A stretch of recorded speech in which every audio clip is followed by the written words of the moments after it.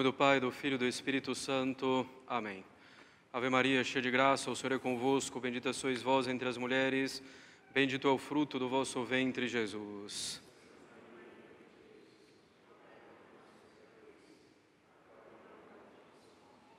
Podem sentar-se.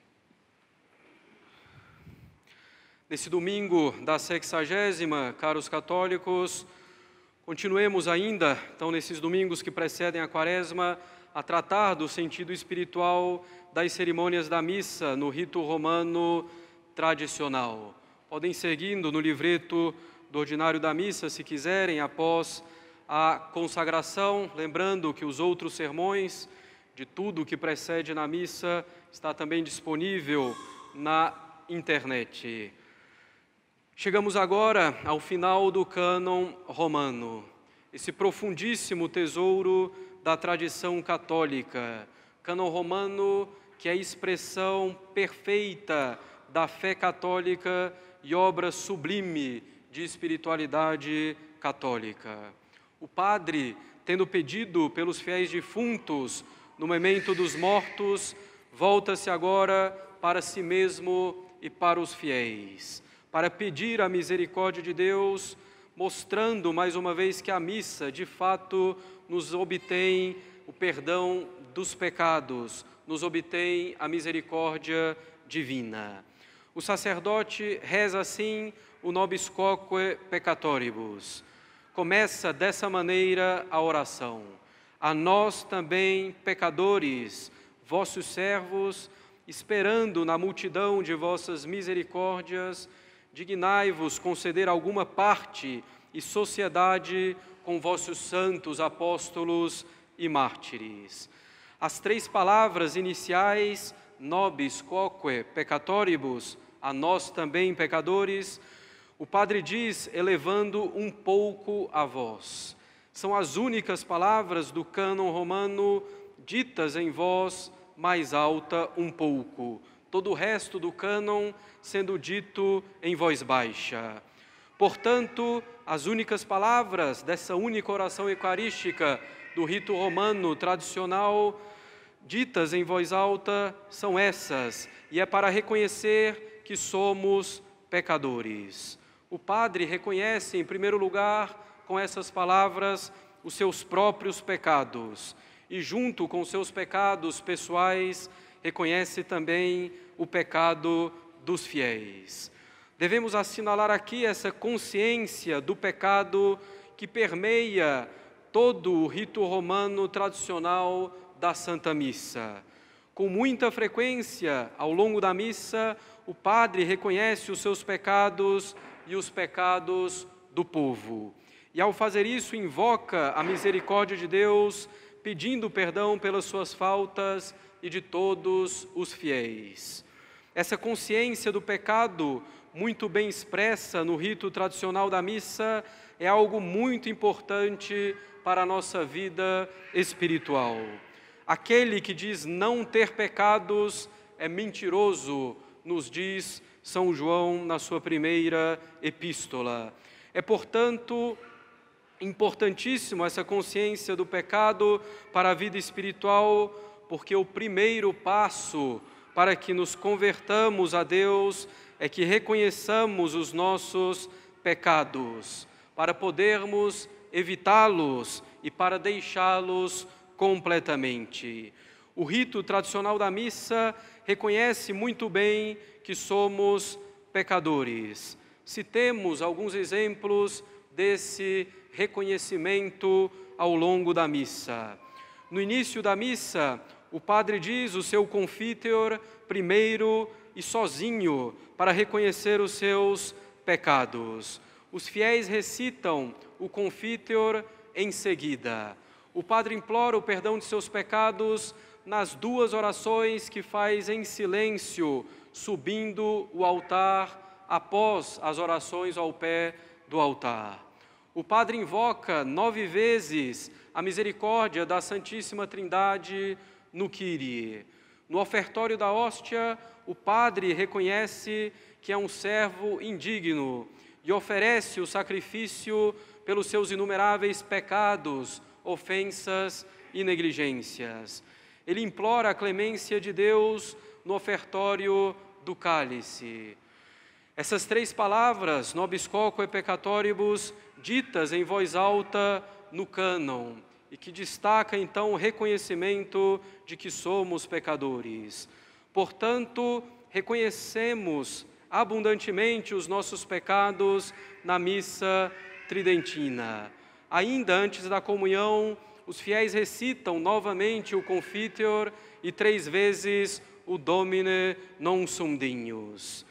Reconhecemos os nossos pecados para pedir perdão a Deus, com o propósito de abandoná-los efetivamente. Infelizmente, caros católicos, no rito novo da missa, várias dessas orações desapareceram ou foram bem atenuadas. No rito novo, tem-se apenas um Confiteor no início da missa, quando se tem o Confiteor no ato penitencial. Há apenas 6 vezes o Kyrie. As orações que o padre recita subindo ao altar já não existem mais no rito novo. As orações do ofertório foram completamente destroçadas. O nobis quoque peccatoribus só está presente na oração eucarística primeira do rito novo e que é raramente utilizada. E ainda assim essas palavras ficam diluídas, porque todas as orações são ditas em voz alta. O Domine non sum dignus antes da comunhão é dito apenas uma vez. Apenas, então, para citar alguns pontos. O rito romano tradicional nos traz essa consciência do pecado acompanhada do pedido de misericórdia. Seríamos, com efeito, levados ao desespero se reconhecêssemos nossos pecados e não invocássemos a misericórdia de Deus. Por outro lado, seríamos levados à presunção de nos salvarmos sem abandonar os nossos pecados, se invocássemos a misericórdia de Deus sem reconhecer as nossas faltas. Com um pouco de bom senso, podemos perceber que vivemos em uma sociedade que não tem mais a consciência do pecado, não tem mais a mínima consciência do pecado.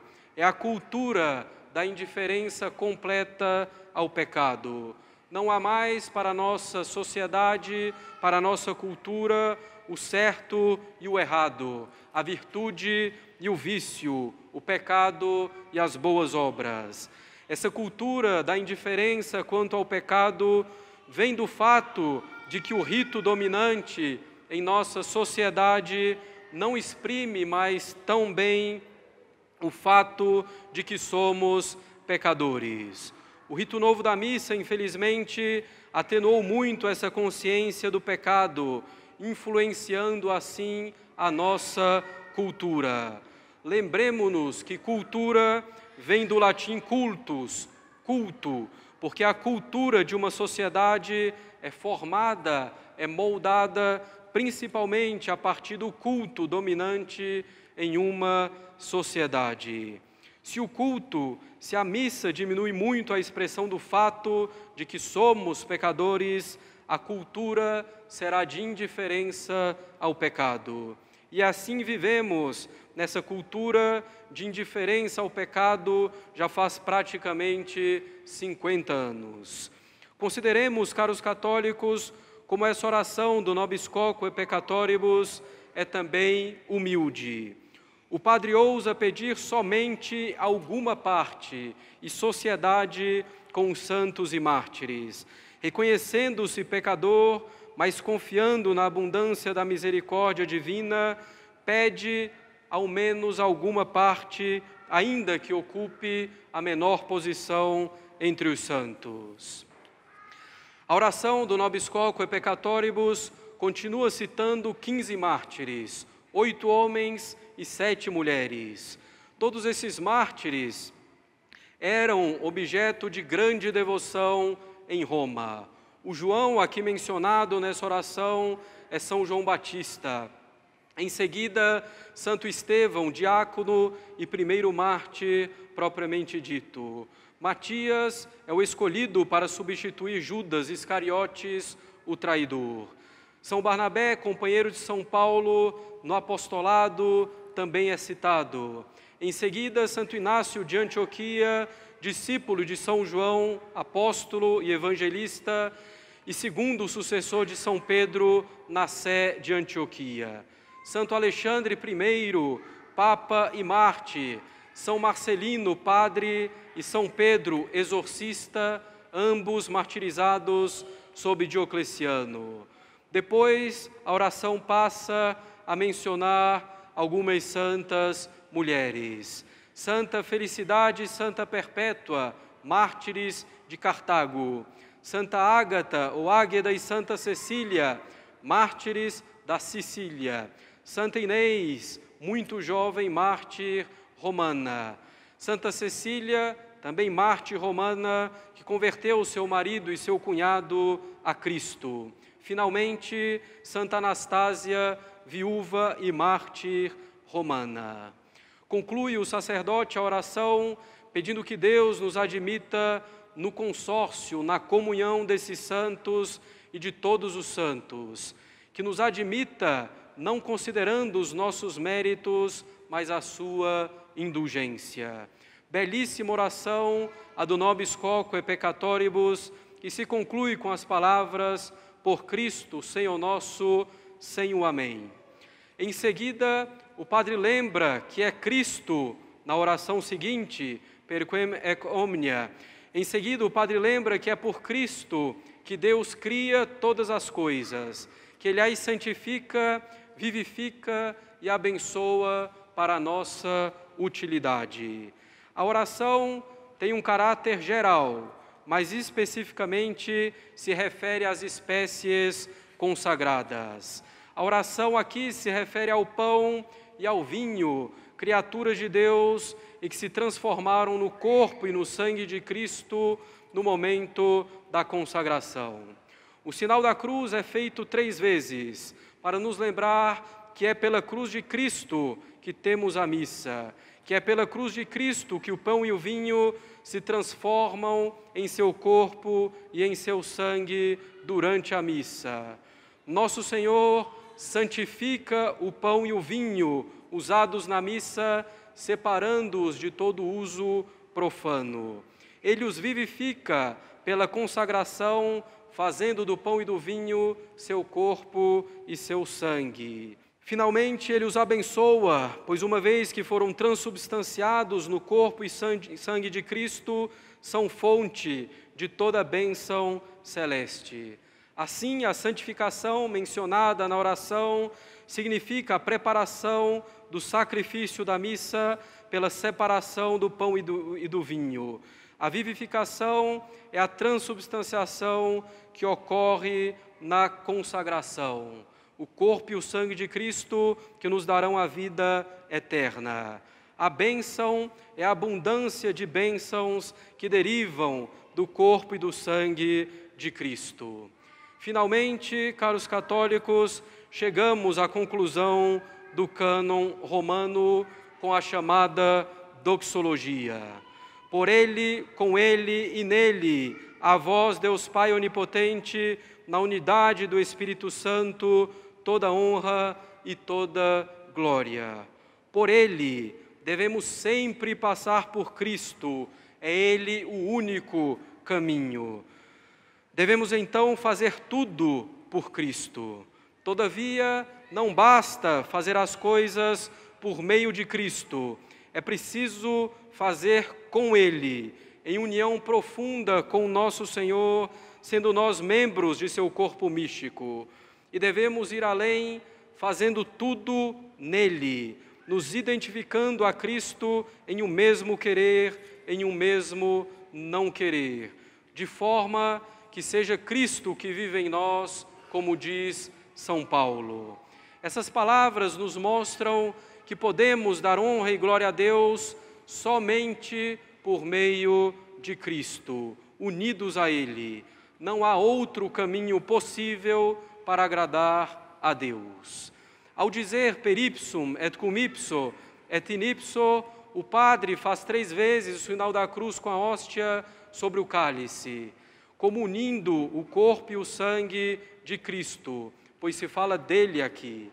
Ao citar Deus, Pai e o Espírito Santo, o padre faz 2 vezes o sinal da cruz fora do cálice, entre o cálice e o seu próprio corpo. Finalmente, faz a pequena elevação, elevando um pouco sobre o altar a hóstia e o cálice conjuntamente, mostrando que é Cristo que é oferecido a Deus, que é Cristo que dá toda honra e toda glória a Deus. O padre conclui em voz alta com as palavras per omnia saecula saeculorum, por todos os séculos dos séculos. De fato, a honra e a glória que Cristo dá a Deus é eterna, sem fim. A glória que todo homem deu, dá ou dará a Deus é por Cristo, com Cristo e em Cristo. O padre fala essas palavras em voz alta para assinalar a conclusão do cânon romano e para que os fiéis possam dar a sua adesão a tudo o que ocorreu durante essa única oração eucarística. E dão a adesão respondendo amém. É a confissão de fé em tudo o que acabou de acontecer sobre o altar. Ou seja, com o amém, os fiéis reconhecem efetivamente que o sacrifício de Cristo foi renovado sobre o altar. É a adesão de alma a todas as orações recitadas pelo Padre. É a manifestação do desejo de se oferecer a si mesmo com Cristo. Caros católicos, tenhamos um grande amor pelo cânon romano, formado por Cristo nos primeiros séculos de sua Igreja. O cânon tão venerável, com praticamente 1500 anos. O cânon que não contém nenhum erro, mas que, ao contrário, como falamos no início, expõe de maneira perfeita a doutrina e a espiritualidade católicas. Quantos santos assim se santificaram com essas orações que exalam a doutrina de Cristo. Unamo-nos com toda a nossa alma a essas orações do cânon romano, quando o padre as recitar durante a missa no altar. Em nome do Pai, do Filho e do Espírito Santo. Amém.